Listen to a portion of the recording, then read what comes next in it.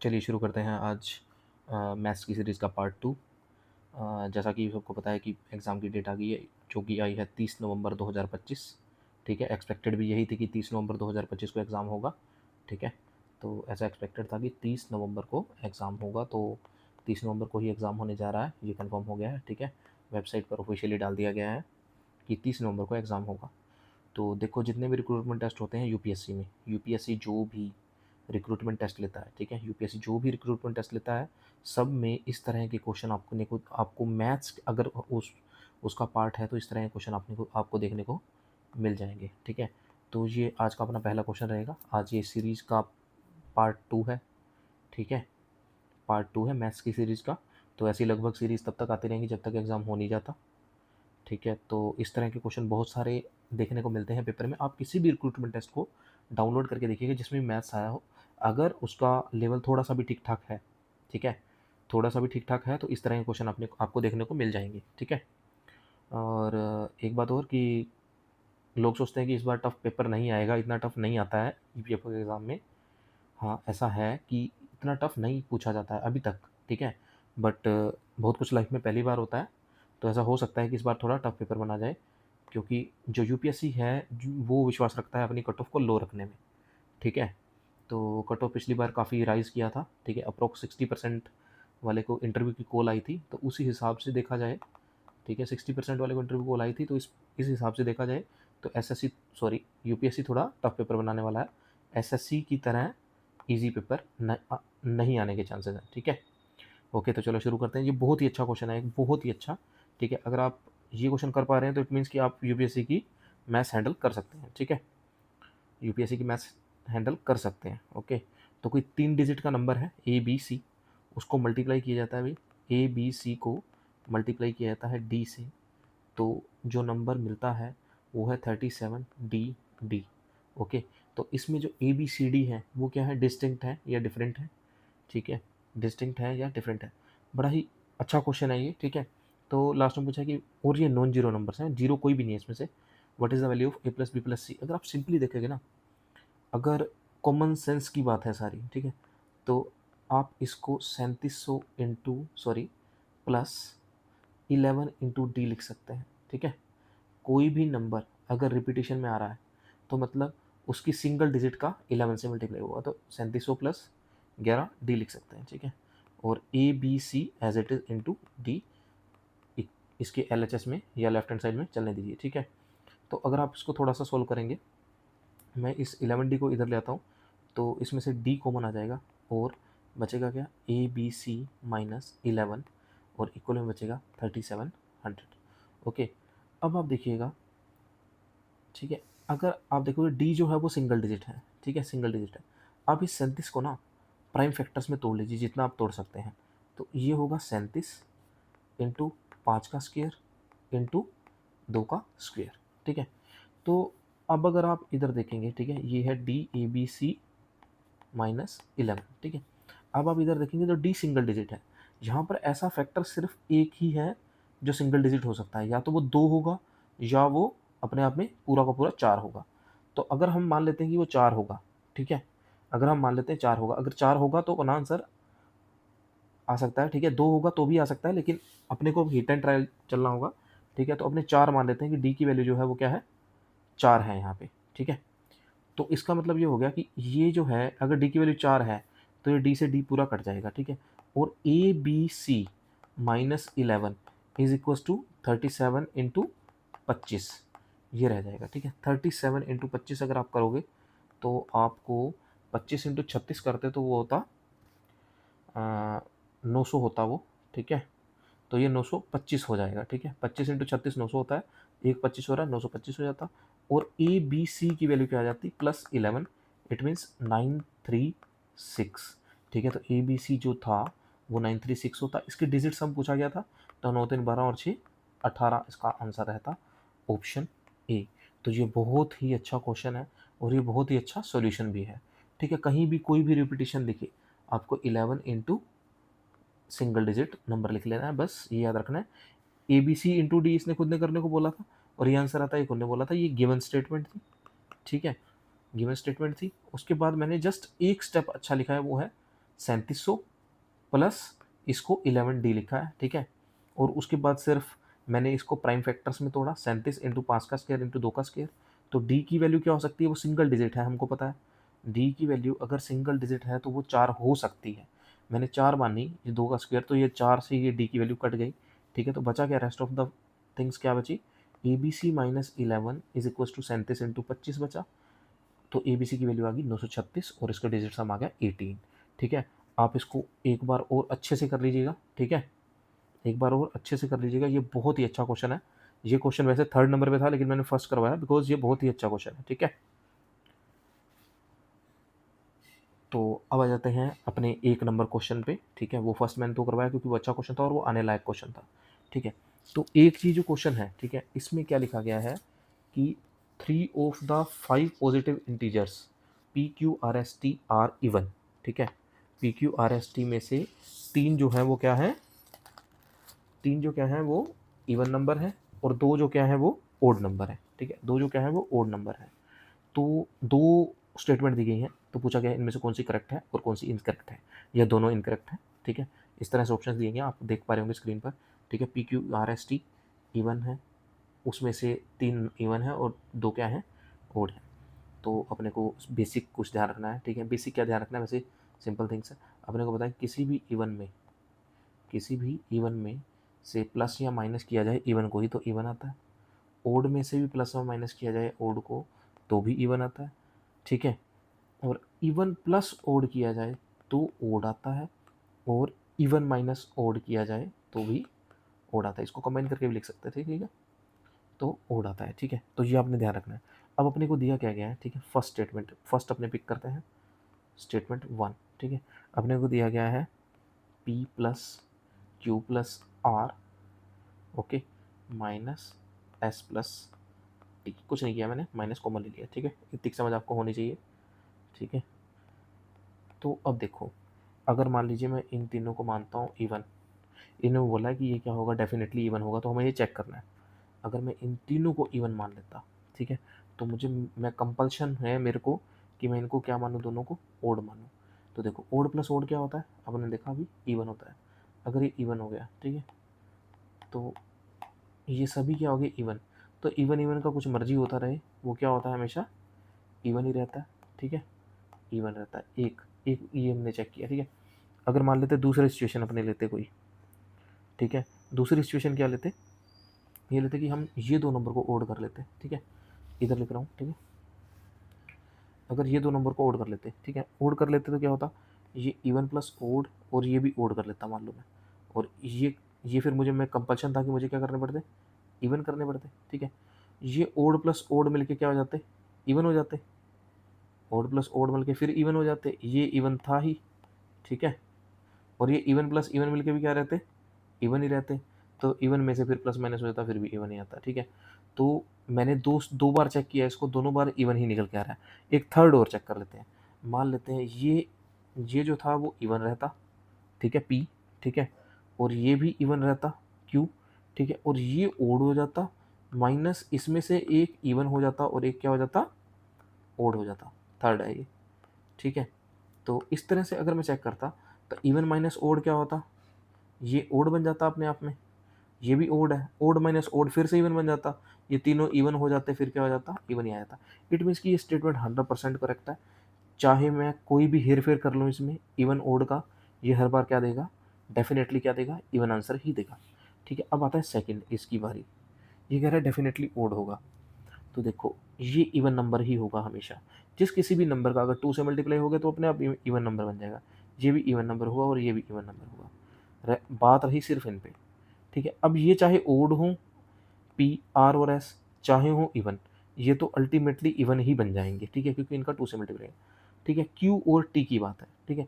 अब मैं देखता हूँ अगर मैं क्यू और टी को दोनों को इवन रख देता, जो मैं रख नहीं सकता, ठीक है। अगर मान लो मैं दोनों को इवन रखता हूँ, इन इन तीनों में से कोई और रखता हूँ, ठीक है, दोनों को इवन रखता हूँ, तो आंसर क्या आ जाता, इवन आ जाता, क्योंकि ये तीनों तो पहले ही इवन है, ठीक है। इवन इवन इवन, इवन के बीच में कोई भी ऑपरेशन होगा इवन नंबर ही आएगा, ठीक है। अगर मैं इन, ठीक है, इन दोनों को अगर मैं इवन रख लेता, मान लेते हैं आर और एस ओड थे लेकिन वो 2 से मल्टीप्लाई हो गए तो वो भी इवन हो गए, ठीक है। तो ये जो है क्यू और टी जो है, अगर मैं इवन रख लेता तो इवन प्लस इवन आ जाता, तो आंसर इवन आ जाता। इसका मतलब ये ओड नहीं हो सकता। अगर एक भी कंडीशन में ये ओड नहीं हो पा रहा, इट मीन्स कि ये स्टेटमेंट क्या है, रॉन्ग है। मैं एक बार आपको बताता हूँ कि 2 × P, ठीक है, और 2R, ठीक है, और 2S, ये जो तीनों हैं ये इवन नंबर ही रहेंगे, ठीक है। अगर P ओड भी हो सकता है, P इवन भी हो सकता है, ठीक है। इसी तरह से R इवन भी हो सकता है, R ओड भी हो सकता है, और S भी सेम, इवन भी हो सकता है और ओड भी हो सकता है, ठीक है। बात रही किसकी, Q प्लस T की, ठीक है। अब मान लेता हूँ मैंने इनमें से किसी को अगर मैंने दो ओड ले लिए थे, मान लो आर को भी ओड ले लिया था और इसको भी ओड ले लिया था, तो मैं इन दोनों को इवन ले सकता हूँ। ये तीनों तो इवन ही है ऑलरेडी, क्योंकि ये 2 से मल्टीप्लाई हो गए। इवन इवन इवन का सम करेंगे तो इवन ही आंसर आएगा। लेकिन ये क्या कह रहा है, डेफिनेटली ओड होगा, तो ऐसा पॉसिबल नहीं है। तो ओनली स्टेटमेंट 1 सही होगा, ठीक है। अच्छा क्वेश्चन था, एक्सप्लेनेशन में थोड़ा टाइम लगा, थोड़ा सा मैसअप भी हुआ, बट ओवरऑल अच्छा क्वेश्चन था, ठीक है। अगर आप ध्यान से सुनेंगे तो आपको सब समझ में आ जाएगा, ठीक है। चलिए फिर नेक्स्ट क्वेश्चन। नेक्स्ट क्वेश्चन क्या कहता है भाई, कहते हैं पी एक प्राइम नंबर है, ठीक है, और सी जो है वो एक कंपोजिट नंबर है, ठीक है। तो कहता है कि कैन बी इवन, मतलब हो सकता है कि इवन हो, ठीक है। तो मतलब एक भी कंडीशन में अगर इवन आ गया तो इट मीन्स कि ये स्टेटमेंट सही साबित हो जाएगी, ठीक है। कंपोजिट नंबर है सी। कंपोजिट क्या होते हैं, कंपोजिट होते हैं एक तरह से जो भी प्राइम नंबर्स, दो प्राइम नंबर्स के मल्टीप्लाइज, ठीक है। लाइक 2 × 3 6, एक क्या है, कंपोजिट नंबर है। तो देखो ये कहता है कि कैन बी इवन, ऐसा पॉसिबल है कि होगा इवन। चलो अपने एक बार चेक करते हैं। अपने मान लेते हैं पी जो प्राइम नंबर लेना है, तो मैं 7 ले लेता हूँ। कंपोजिट नंबर 6 ले लेता हूँ, 2 × 3 ले लेता हूँ, 7 - 6, 7 + 6, 7 - 6, ठीक है। तो ये आ गया 13। तो अपनी ये स्टेटमेंट अभी तक फॉलो नहीं होती, कैन बी इवन। चलो मैं अब क्या लेता हूँ, मान लेते हैं मैं प्राइम नंबर 3 लेता हूँ, ठीक है। और कंपोजिट नंबर कौन सा ले लेता हूँ, 6 ही ले लेता हूँ। 3 + 6 अपॉन में 3 - 6, ठीक है। तो ये 9 हो जाता है, और बटे में क्या हो जाता है, ये -3 हो जाता है, तो ये -3। तो अभी तक तो रॉन्ग लग रही है, ठीक है। ठीक है, अगली लेता हूँ मैं कंपोजिट नंबर। मान लो मैं 3 × 3 9 ले लेता हूँ कंपोजिट नंबर। 3 + 9 और ये 3 - 9, ठीक है। मैंने सीक्वेंस में लिए हैं, 6 के बाद सीधा 9 लिया एक बार वैसे, ठीक है। और 3 + 9, 3 - 9, हाँ ये देखो 12 बटा में -6, और तो ये -2 आ गया भाई। तो इसका मतलब एक भी चार, इसने ये नहीं बोला कि डेफिनेटली इवन होगा, इसने बोला कैन बी इवन। अगर कैन बी इवन बोला तो हाँ, एक बार तो इवन हो रहा है, तो ये स्टेटमेंट सही होगा अभी तक, ठीक है। मेरे हिसाब से ये स्टेटमेंट जो है वो बिल्कुल सही है। अब आती है स्टेटमेंट 2 की बारी। तो ये कहता है 2p + c। सिंपल है, कोई भी प्राइम नंबर का 2 से मल्टीप्लाई हो गया, इवन किसी भी नंबर का 2 से मल्टीप्लाई हो गया, अगर चाहे वो इवन है, चाहे वो ओड है, और चाहे वो प्राइम नंबर है, चाहे वो कंपोजिट है, तो वो इवन तो बन ही जाता है, ठीक है। इवन तो बन ही जाता है। तो यानी कि 2p क्या है, ये अपने आप में एक इवन नंबर हो गया, ठीक है। अब c क्या है, कंपोजिट नंबर। कंपोजिट नंबर, ठीक है। अब देखो कंपोजिट नंबर क्या होता है, 6, जैसे 6 हो गया, 9 हो गया, तो 9 को अपने कंपोजिट नंबर इसमें भी ले रखा है, ठीक है। 9 को ये देखो ले रखा है, सॉरी 9 को ये ले रखा है, तो उसमें 9 ही ले लेते हैं, अपने सी को क्या लेते हैं, 9 ले लेते हैं, ठीक है। 9। तो even plus odd, even plus odd हमेशा क्या देता है, अभी अगर मैंने आपको जो पहला क्वेश्चन करवाया था, इवन प्लस ओड जो है वो ओड नंबर देता है। तो इसने यही लिखा है कि कैन बी ओड, चाहे बाकी किसी सिचुएशन में फॉलो हो ना हो, लेकिन एक बार भी हो रहा है तो कैन बी ओड, तो ओड हो तो सकता है। तो स्टेटमेंट 2 भी क्या है, एकदम सही है, ठीक है। अब आता है कि PC can be odd. PC मतलब किस किस का मल्टीप्लाई है, एक प्राइम नंबर का, ठीक है, और एक कंपोजिट नंबर का। देखो ये कभी भी ओड हो सकता है। तो प्राइम नंबर जो है वो क्या है, 2 3 5 7, ठीक है। और इसको मल्टीप्लाई किससे करना है, इस सेट को अगर किसी में किसी को भी किसी से करना है तो कंपोजिट। कंपोजिट मान लेते हैं, मैं 6 मान लेता हूँ, ठीक है। 6 मान लेता हूँ, या 9 मान लेता हूँ, जो भी मान लेता हूँ। तो कैन बी ओड, देखते हैं ओड हो सकता है नहीं हो सकता। मान लेते हैं 3 का मल्टीप्लाई हो गया 9 के साथ, तो 27 आ गया, हाँ हो सकता है ओड। तो ये स्टेटमेंट भी सही है, तीनों स्टेटमेंट सही है, ठीक है। कैन बी ओड मतलब है कि एक बार भी हो जाए, चाहे डेफिनेटली ओड मतलब कि कभी भी इवन नहीं होगा वो, तो वो सिचुएशन अलग हो जाती है। ये थोड़ा ईजी रहता है कंपेरेटिवली, ठीक है। ये क्वेश्चन अपने कर चुके हैं, बहुत अच्छा क्वेश्चन था ये। फोर्थ फोर्थ कहता है कि 6 डिजिट नंबर है, उस किस फॉर्मेट में, वो XYZ XYZ, ठीक है, किससे डिविजिबल होगा। तो ऑप्शन है 7 और 11, 11 और 13, 7 और 11, 11 और 13, 7 और 13 और 7 11 13। एक बात सिंपल ध्यान रखना, 7 11 13 का जो मल्टीप्लिकेशन होता है ना, इसको रट लो, ये होता है 1001। और ये किसी भी फॉर्मेट में 3 डिजिट का रिपीटिशन वाला कोई भी नंबर बन रहा हो उसको हमेशा डिवाइड करता है। तो इसका मतलब इसका आंसर क्या हो जाएगा, 7 11 13 हो जाएगा। ठीक है, आप करके देख सकते हो कुछ भी लिख के एग्जाम्पल। ठीक है, आप सॉल्व करेंगे तो आपको पता लगेगा कि 1001 कोई भी फॉर्मेट हो, 1 2 3 1 2 3 लिख लो, चाहे कोई भी फॉर्मेट हो, उसको 7 11 13 तीनों इंडिविजुअली भी डिवाइड करते हैं। अगर इंडिविजुअली डिवाइड करते हैं इट मीन्स कि उनका मल्टीप्लाई यानी कि 1001 या उनका एलसीएम भी क्या करता है, इनको डिवाइड करता है। तो ये याद रखिएगा आप लोग, फिक्स रिजल्ट है। ये कहते हैं कि 125 क्यूब्स थे are arrange in a form of cubical block to form a cubical block. एक बिग ब्लॉक बनाया गया। How many cubes are surrounded by other cubes from each side.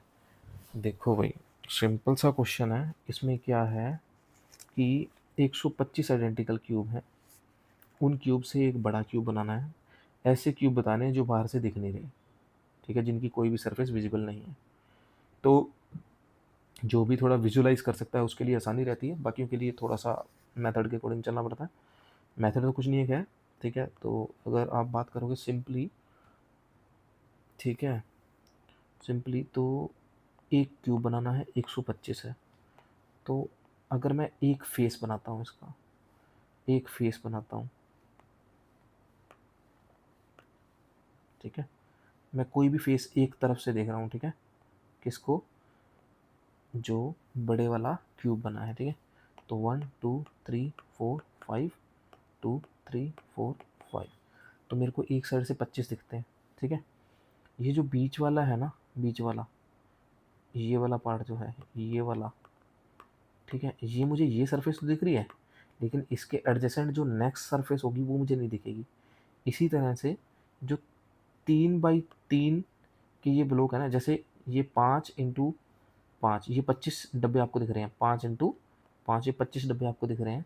उस तरह से 3 इंटू 3 के डब्बे जो हैं वो, ठीक है, अपने यहाँ पे जो देख पा रहे हैं, ठीक है। वैसे टोटल कितने हैं, 125 घन है, क्यूब है, ठीक है। तो 5 इंटू 5 इंटू और 5 की डेप्थ, मतलब अंदर, अगर आप अंदर बनाओगे इसको, ठीक है, इस तरह से अगर इसको आप ड्रॉ करोगे, ठीक है, ज़रूरत नहीं है वैसे, मैं जस्ट बता रहा हूँ, ठीक है। तो 5 इंटू 5 इंटू और ये वाले 5 इनसे मल्टीप्लाई हुआ, मैंने सरफेस को खोल के लिख दिया, तो वो टोटल कितने हैं, 125। उस तरह से 3 इंटू 3 इंटू 3 जो टोटल जो है वो 3 इंटू 3 इंटू 3 जो इनर साइड पे हैं वो अपने को दिखाई नहीं दे रहे, मतलब 27 घन ऐसे होंगे जो इनविजिबल हैं, जो कि इन अदर क्यूब से क्या है, सराउंडेड है, ठीक है। तो इसका आंसर 27 आएगा। थोड़ा विजुलाइज करने की जरूरत है और कुछ नहीं है। अभी टाइम एड वर्क का एक क्वेश्चन आता है, ठीक है, थोड़ा सा ठीक ठाक क्वेश्चन है जी, ज़्यादा अच्छा नहीं है बट ठीक है। ए किसी काम को 8 दिन में कर सकता है, बी किसी काम को 16 दिन में कर सकता है, सी किसी काम को 12 दिन में कर सकता है। मान लेते हैं 48 रुपये कमाना काम है, तो इसका मतलब ए एक दिन में 6 रुपये कमाता है, बी 3 रुपये कमाता है और सी 4 रुपये कमाता है। अब भाई मंडे कौन आता है, मंडे आता है ए, और ट्यूसडे आता है बी, और वेडनेसडे आता है सी, ठीक है। ये 6 रुपये लेके आता है मंडे, ये 3 रुपये लेके आता है और ये 4 रुपये लेके आता है। तो ये 3 दिन में मिल के कितने रुपये कमाते हैं बेचारे, 9 3 4 5, सॉरी 12 रुपये, 6 3 9 और 4 12 रुपये, सॉरी 16 3 48, 8 6 48, 12 4 48, 6 7 13 हो गए ना, ये 6 3 9 और 4 13, 13 रुपये हो गए, ठीक है, 13 रुपये कमा पाता है। अब एक दिन में 13 कमा पाते हैं, टोटल काम कितना है, 48 रुपये कमाना है। तो उसके नियरेस्ट चले जाते हैं 13 से मल्टीप्लाई करके, ये जो पूरा है इसको मल्टीप्लाई कर देते हैं अगर 3 से, तो 39 रुपये हमारी जेब में आ चुके हैं। 48 में से 39 आ गए, तो बचे कितने, बचे सिर्फ 9 रुपये। यानी कि अगर एक दिन ए और आ जाए, क्योंकि इसने लिखा है कि एंड सो ऑन, और फिर अगले दिन बी और आ जाए, 6 3 9, 9 रुपये पूरे हो जाएंगे, और ए प्लस बी, और टोटल दिन कितने लग जाएंगे, ये तो 3 दिन लगे थे, 3 इंटू 3 रिपीट किया था 9 दिन, और 2 दिन एक्स्ट्रा, 11 दिन टोटल लगेंगे, ठीक है, 11 दिन टोटल लगेंगे काम ख़त्म होने में, ठीक है।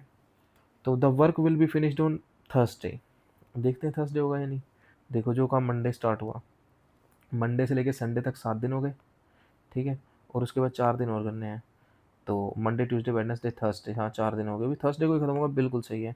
The work will be finished in 10 days, no no भाई 11 दिन लगेंगे पूरे के पूरे। ए बी सी, ये 6 3 9 4 13 रुपये कमाते थे 3 दिन में, तो 3 का 3 दिन किया, यानी कि 3 दिन की शिफ्टें 3 बार लगाई, तो 9 दिन लग गए, और रुपये आए सिर्फ जेब में 39, बाकी बचे 9 रुपये। 9 रुपये लेने के लिए भेजा हमने ए और बी को दोबारा, वो एक दिन 6 रुपये लाया, दूसरे दिन बी गया और 3 रुपये लाया, और हमारा काम हो गया पूरा 11 दिन में। ठीक है, next question, what is the reminder. भाई बहुत ही अच्छा और बहुत ही सिंपल और स्वीट्स वाला है, ऐसे क्वेश्चन आते रहे ज़िंदगी में, और हमें क्या चाहिए। ठीक है, अब देखो सिंपल पता है, 100 से डिवाइड किया स्ट्रिंग को तो रिमाइंडर क्या आएगा। 100 से 85 को डिवाइड किया तो ऐसा लगता है कि 85 रिमाइंडर आया तो हुआ है, नहीं, वो एक्चुअली में माइनस में रिमाइंडर लेंगे, तो -15 सिंपल में वे में करा रहा हूँ मैं, और भी वेज होते हैं। और इसी तरह से 87 को डिवाइड किया तो -13, फिर -11, फिर -9, फिर जो है वो -5, और फिर -4। ठीक है, तो इन सब का आपस में मल्टीप्लाई होगा, देखते हैं क्या बनता है। ठीक है, तो अगर मान लो मैं 15 को 13 से मल्टीप्लाई कर देता हूँ, 15 को 13 से, ठीक है, तो ये 195 आता है, प्लस आ जाएगा, ये माइनस माइनस प्लस, ठीक है, इंटू ये 99 आ जाएगा, और इंटू ये 20 आ जाएगा। मैंने जस्ट अपनी कन्वीनियंस से कर दिया, कुछ नहीं है ऐसा। ठीक है, तो 100 से डिवाइड किया, तो इसको जब 100 से डिवाइड करोगे तो ये -5 रिमाइंडर देगा। ठीक है, और ये देगा -1। ठीक है, और ये 20 को बड़ा रहने देते हैं, मेरी कन्वीनियंस है। तो ये 5 हो गया मल्टीप्लाई इंटू 20, और फिर इसको 100 से डिवाइड किया तो ये 100 ही है। ठीक है, तो ये रिमाइंडर क्या हो जाएगा भाई, 0 हो जाएगा, फर्जी क्वेश्चन था। यूनिट डिजिट क्या होगी, नंबर क्या है, हमको सिर्फ लास्ट वाला डिजिट देखना होता है, 2। 2 की पावर क्या है, 9 7 63, 63 इंटू 15, 63 इंटू 15 क्या होता है भाई, यानी कि 630 हो गया, प्लस 315 हो गया, टोटल होगा 945। हाँ, यानी कि 2 की पावर क्या है, 945। तो अपने को क्या पूछिए, यूनिट डिजिट तो पूछी है, 2 की पावर क्या है, 945। देखो भाई 2 की साइक्लिसिटी क्या होती है, सिंपल, 2 की पावर 1 जो होता है वो 2 होता है, 2 की पावर 2 जो होता है 4 होता है, 2 की पावर 3 जो होता है 8 होता है, 2 की पावर 4 जो होता है वो 16 होता है, 2 की पावर 5 क्या होता है, 32 होता है, यानी कि 2 रिपीट होता है, यानी कि ए की साइक्लिसिटी क्या होती है, 4। तो इस 945 को आप कैसे डिवाइड करोगे, 4 से, तो शेषफल चेक करोगे तो 1 बचेगा, दिख ही रहा है साफ साफ, एक शेषफल बचा, यानी कि 944 तक तो पूरी की पूरी साइक्लिसिटी घूम जाएगी इनकी, एक बच जाएगा लास्ट में, यानी कि 2 की पावर 1 वाला आंसर आ जाएगा, जो है 2। 2 आंसर आएगा इसका। ठीक है, साइक्लिसिटी से। ओ वाह, ये भाई माशाल्लाह क्वेश्चन है ये मैंने कहा था कि ये क्वेश्चन आते हैं। आप कोई भी रिक्रूटमेंट टेस्ट जो थोड़े से अच्छे लेवल का भी अगर पेपर में आया हुआ है, तो आप देख पाओगे, मैथ्स अगर थोड़ी सी भी अच्छी आएगी तो ये क्वेश्चन आएगा, और इस क्वेश्चन को सभी सॉल्व नहीं कर पाएंगे। नो डाउट ये क्वेश्चन थोड़ा सा ईजी है, कंपेरेटिवली ईजी है, बट फिर भी ठीक है, ये तो कंपेरेटिवली ईजी है। ठीक है, तो इसमें लिखा गया कि कहते हैं ए बी सी और डी ई एफ। पहली बात तो ये नॉन जीरो है और डिस्टिंक्ट है, A B C D E F, इनको जोड़ने पे क्या आता है।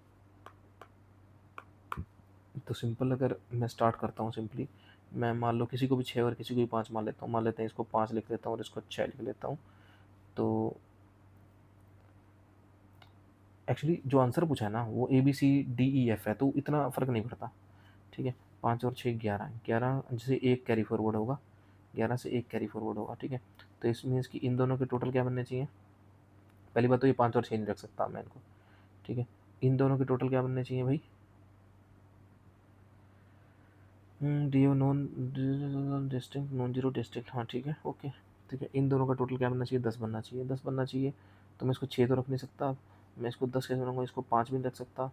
मैं 10 कैसे बनाऊंगा, मैं एक को 3 रखूंगा और एक को 7 रखूंगा, फॉर ए टाइमिंग मान लेते हैं इसको 3 और 7 रखा, 10, और एक कैरी फॉरवर्ड जोड़ा तो फिर 1 आ गया, फिर 1 कैरी फॉरवर्ड हो गया। ठीक है, अब 7 और 3 भी आ रखे हैं। ठीक है, 5 और 6 भी आ रखे हैं। ठीक है, और मुझे ए प्लस डी को भी क्या फिर से क्या बनाना है, 10 बनाना है। ए प्लस डी को 10 बनाना है भाई, ए प्लस डी को 10 कैसे बनाऊँ मैं, ए प्लस डी को 10 कैसे बनाऊँ। तो अगर मैं ए प्लस डी को 10 बनाना चाहता हूँ भाई, तो अब मैं 3 नहीं रख सकता, 4 नहीं, 5 नहीं रख सकता, 6 नहीं रख सकता, लेकिन मैं 4 रख सकता हूँ। इसको 4 रखूँगा तो इसको 6 रखना पड़ेगा, रिपीटिशन हो जाएगा। ठीक है, अगर मैं इसको 2 रख लूँ और एक को 8 रख लूँ, इसको 2 रख लूँ और इसको 8 रख लूँ, तो बात बन जाती है। अब देखो 5 6 11 की एक आंसर आई।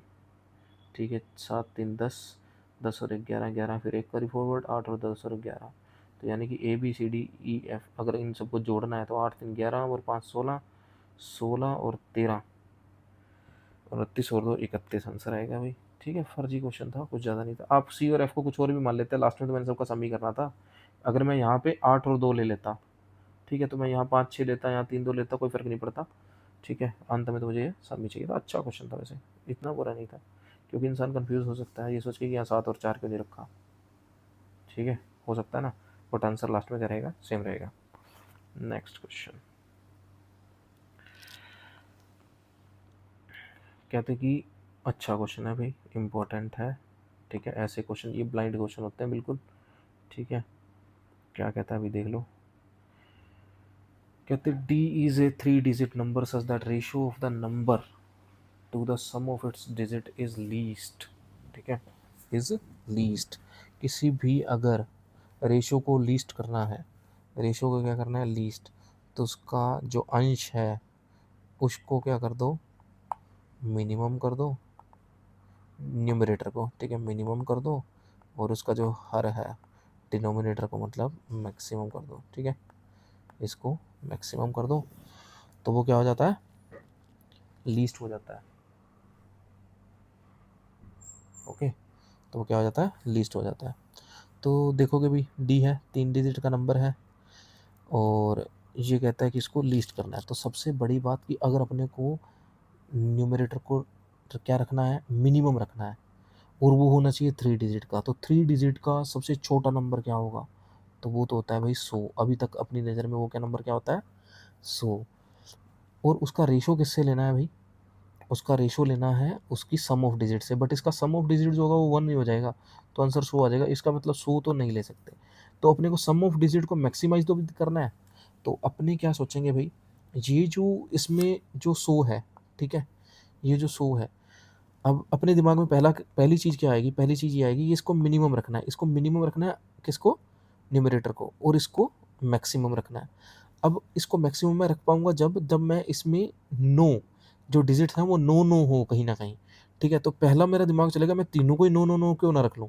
तो अगर मैं 9 रखता हूँ तो मुझे बटे में क्या रखना पड़ेगा, इसके अपॉन में 27 रखना पड़ेगा, और उसका आंसर आ जाएगा 37, जो कि बहुत ही हायर है आई थिंक।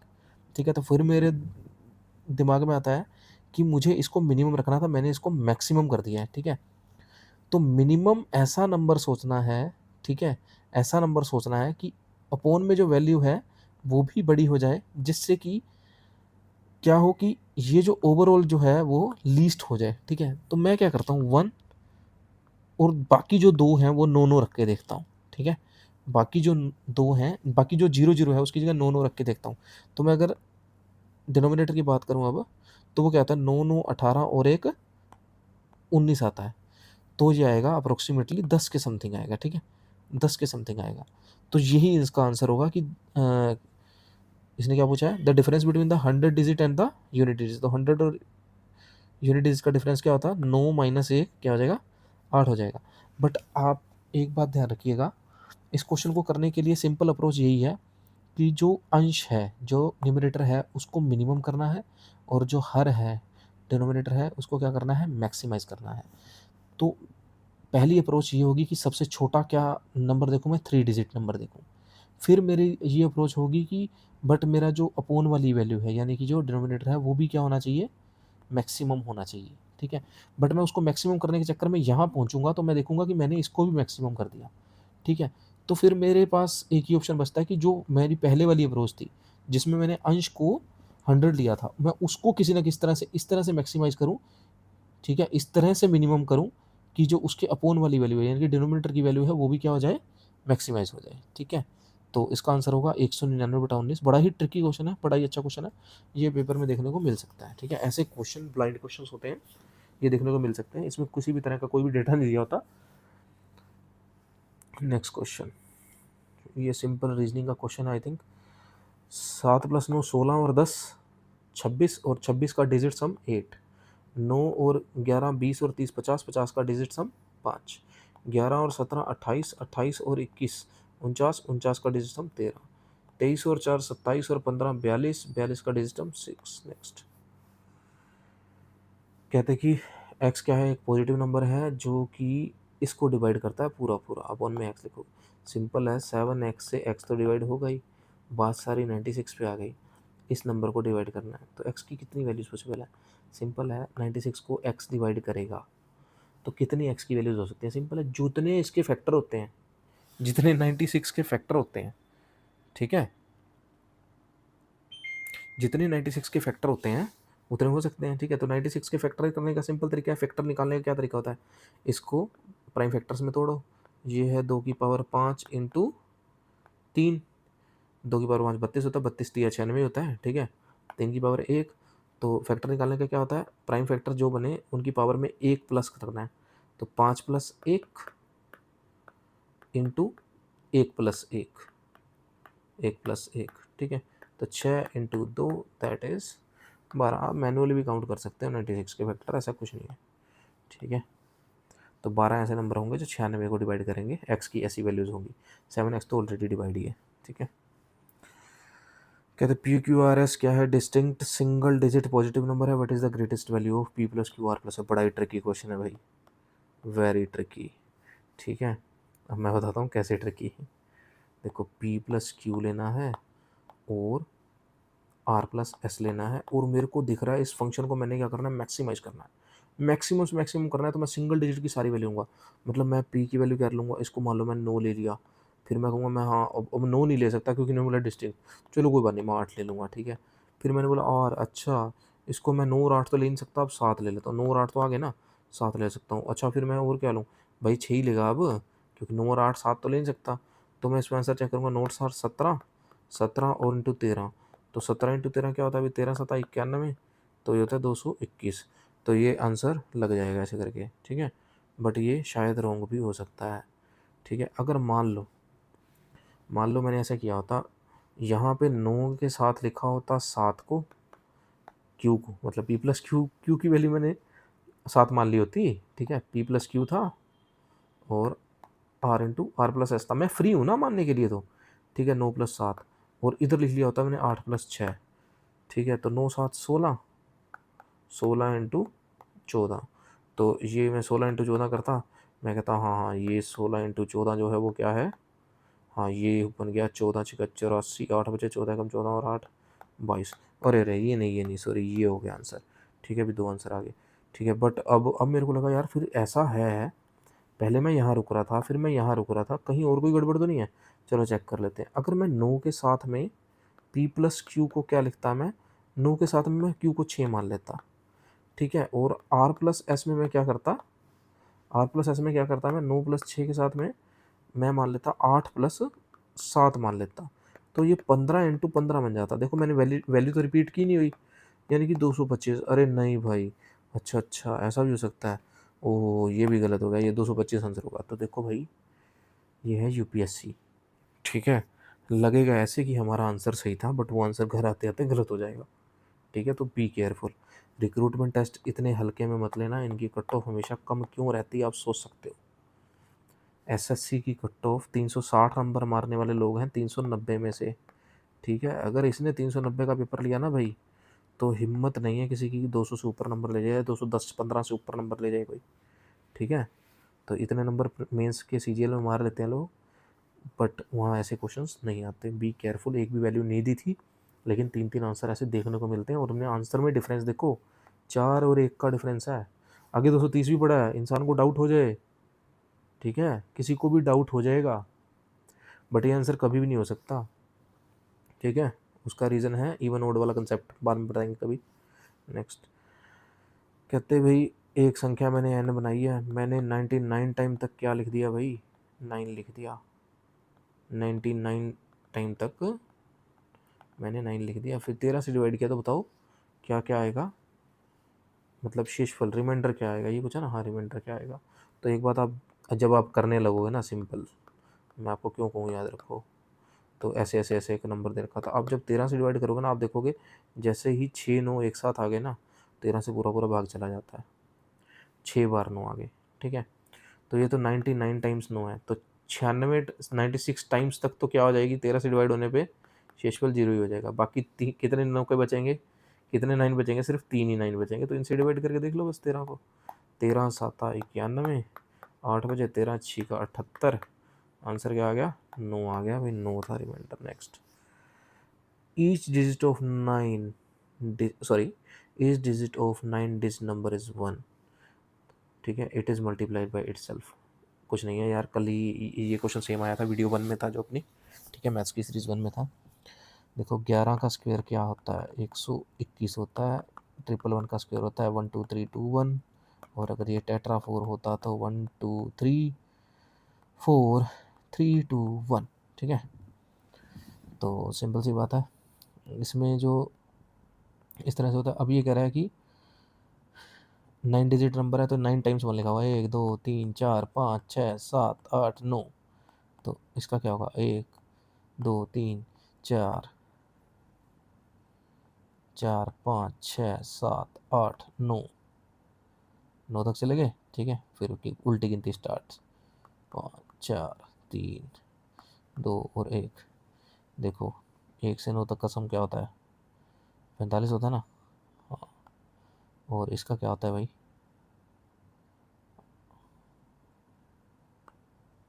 ठीक है, 1 से 9 तक का सम क्या होता है? तो 1 से 9 तक का सम क्या होता है? 45 होता है। और 1 से 8 तक का सम क्या होता है?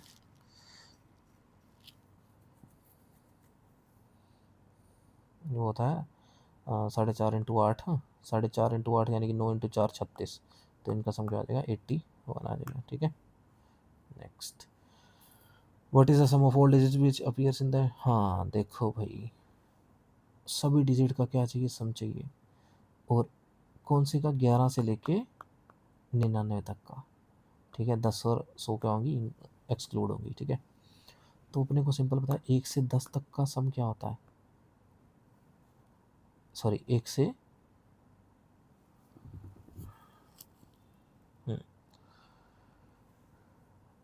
1 से 9 तक का डिजिट सम हमने अभी देखा था 45 होता है, ठीक है, 1 से 9 तक का, ठीक है। तो वो हो गया 1 से,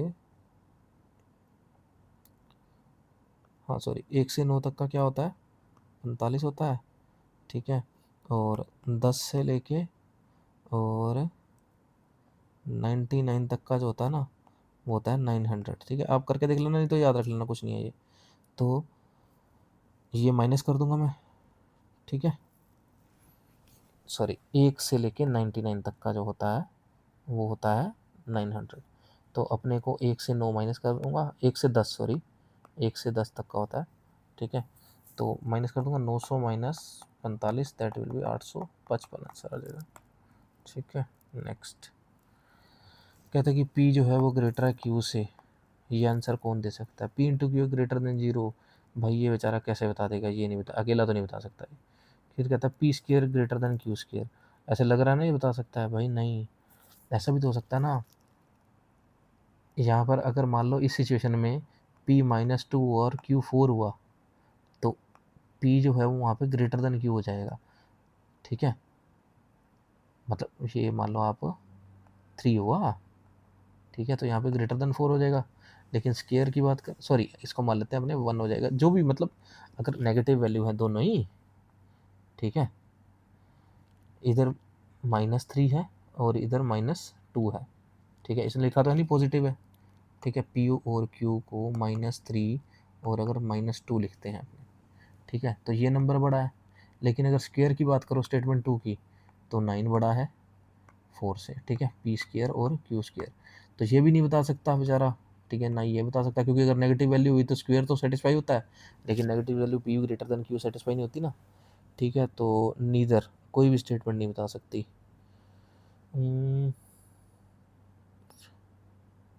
not sufficient even together. Next, ये भाई साहब अच्छा क्वेश्चन है फिर से। कहते p प्लस क्यू, ये जो है वो इससे क्या है? ग्रेटर है। तो मैं सिंपली अगर इन दोनों में माइनस करूं तो मेरे पास क्या बचेगा? p से p कट जाएगा, 2q माइनस r बचेगा, ठीक है, 2q माइनस r बचेगा। और इसमें ग्रेटर था, माइनस हो जाएगा तो ग्रेटर देन 0, ठीक है। तो यानी कि q माइनस r क्या है? ग्रेटर देन 0 है। लेकिन पी क्यू पॉजिटिव है ये तो कुछ नहीं दिखा रहा, और ना ही पी माइनस आर नेगेटिव ऐसा कुछ दिखा रहा है। लेकिन अगर इन दोनों स्टेटमेंट का मैं यूज़ करूँ, अगर मैं इसमें से इसको माइनस कर दूँ, तो P minus Q minus P minus R, तो वही पी से पी कटेगा, हाँ, तो आ जाएगा Q minus R greater than zero.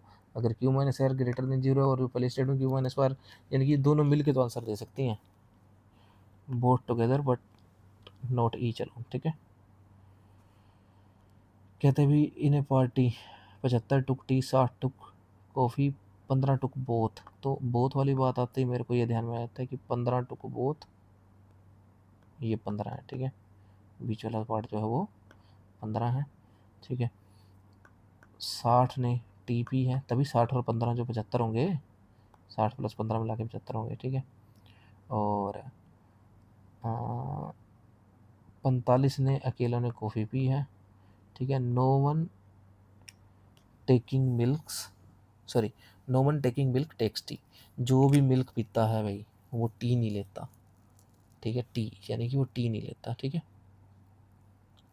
How many person attended the party, 50 टुक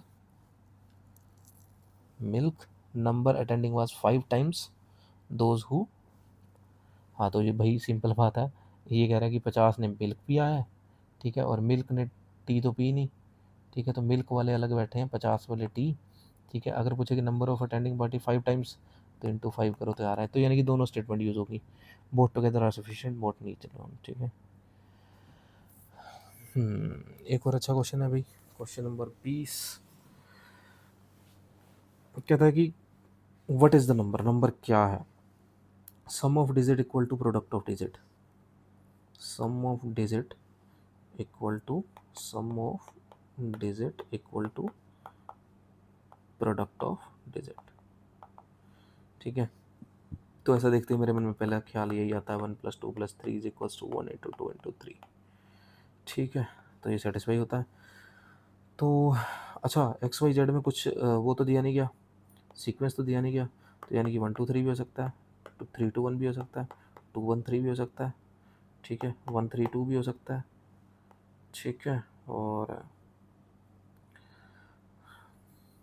ये टोटल कितने कॉम्बिनेशन बनेंगे, 3 2 6, 6 कॉम्बिनेशन बनेंगे। मैंने कितने लिख लिए हैं भाई, ये लिख लिए हैं। ठीक है, तो 2 3 1 भी हो सकता है। ठीक है, और 2 1 3 भी लिख लिया, 2 3 1 भी लिख लिया, और 3 1 2 भी हो सकता है। 3 1 2, 1 2 3 4 5 6, तो ये 6 कॉम्बिनेशन बन सकते हैं भाई। ये यूनिक आंसर नहीं दे पा रहा, इसलिए ये अकेला तो सफिशिएंट नहीं है। ठीक है, number divisible by sum of digit.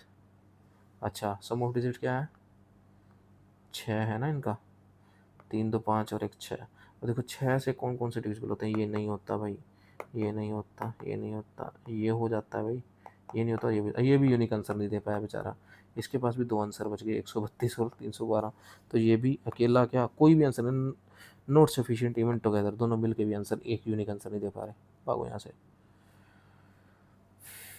कहते हैं कि इन ये जो हैं वो 5 बच्चे हैं भाई, ए बी सी डी ई, इसी सीक्वेंस में इनकी एज है, और इसमें डिफरेंस है 2 2 साल का। ठीक है, यानी कि ये +2 है, ये +2 है, +2 सब कुछ ऐसे चलता रहेगा। एल्डेस्ट इज 3 टाइम यंगेस्ट, ये यंगेस्ट जो है, देखो ये +2 +2 +2 +2, कितनी बार 2 ऐड हो रहा है, 2 2 2 2 8, यानी कि एल्डेस्ट और यंगेस्ट का जो है डिफरेंस है वो 8 ईयर्स का है। ठीक है, इसने यंगेस्ट की एज पूछी है, तो सिंपल है, निकल सकती है, 3 टाइम्स है।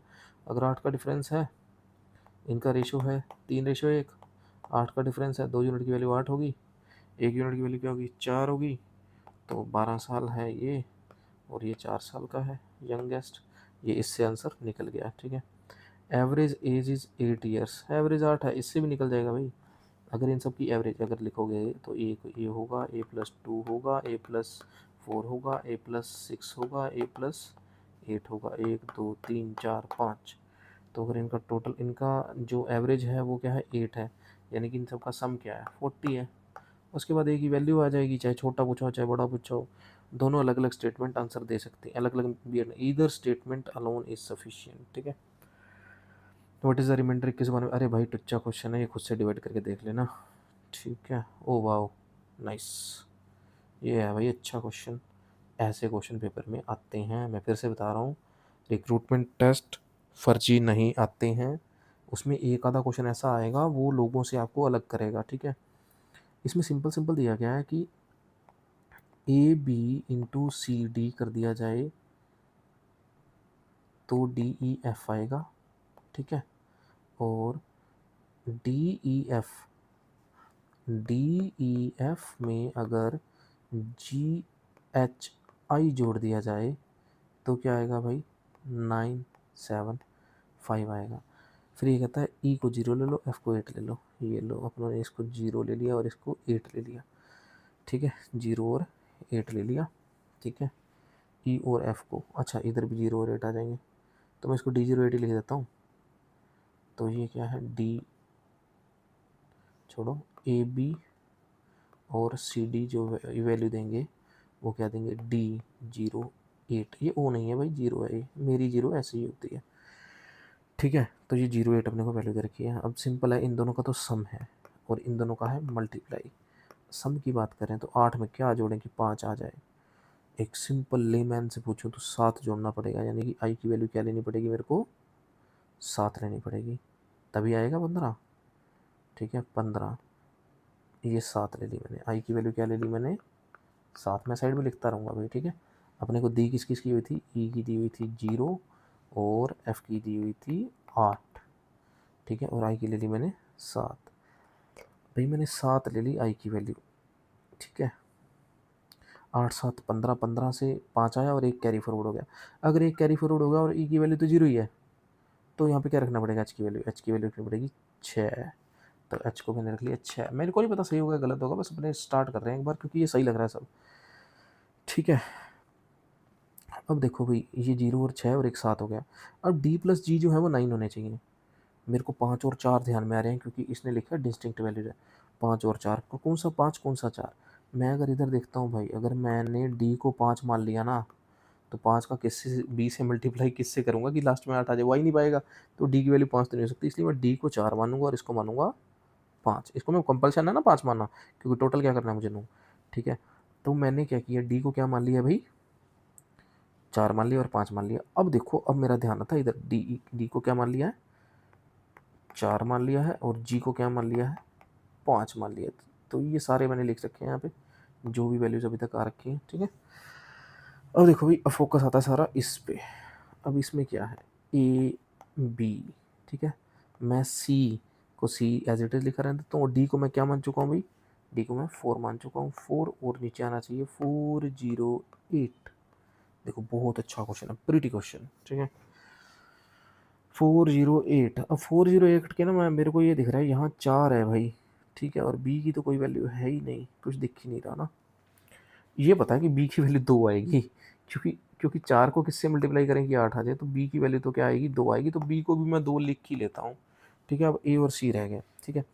अब मैं करता हूँ 408 के फैक्टर। जब मैं ये करूँगा तो मेरे को याद आता है कि 102 चौका जो होते हैं वो 408 होते हैं, तो 102 जो है वो 17 छिक्का होते हैं, तो 17 6 और 4, ये मैंने 408 को तोड़ा, ठीक है। अब मुझे दिख रहा है कि जो लास्ट डिजिट है, मैं इन दोनों को इस तरह से सेटल करूं, जो लास्ट डिजिट है वो क्या हो, 2 और 4 हो जाए।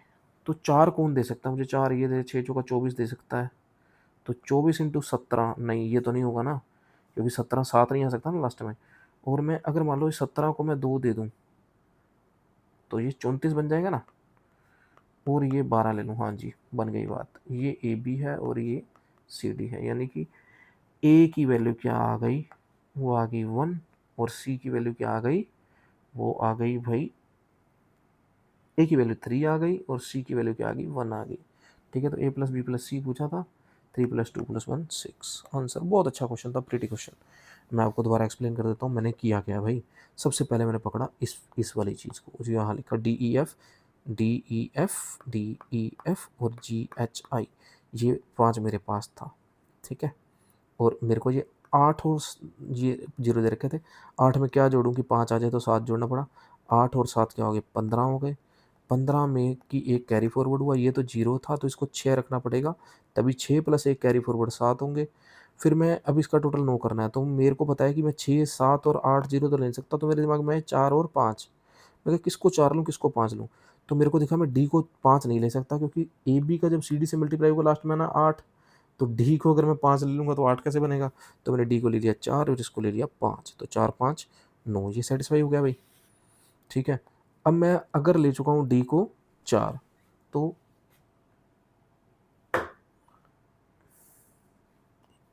ठीक है, तो डी को ले चुका हूँ 4, तो ये सी डी की जगह भी डी 4 आ जाएगा और इस डी की जगह भी 4 आ जाएगा, 408। तो ए बी इंटू, और हाँ देखो, अगर ये जो है वो 4 है, तो यहाँ पर 8 आना चाहिए, 8 आना चाहिए, तो ये कैसे आ सकता है? जब बी की वैल्यू क्या लेनी पड़ेगी, 2 लेनी पड़ेगी, तो बी भी 2 हो गया, ठीक है। तो फिर मैंने इसके फैक्टर किए 408 के, 17 इंटू 6 इंटू 4, तो वहाँ से मेरे को मिला 34 इंटू 12 हो सकती है ये वैल्यू। तो यहाँ से मुझे ए की वैल्यू मिली 3, ठीक है, बी की मिली 4, सी की मिली 1 और डी की मिली 2, और ए प्लस बी प्लस सी लास्ट में सब पूछा हुआ था वो हो गया ये, ठीक है।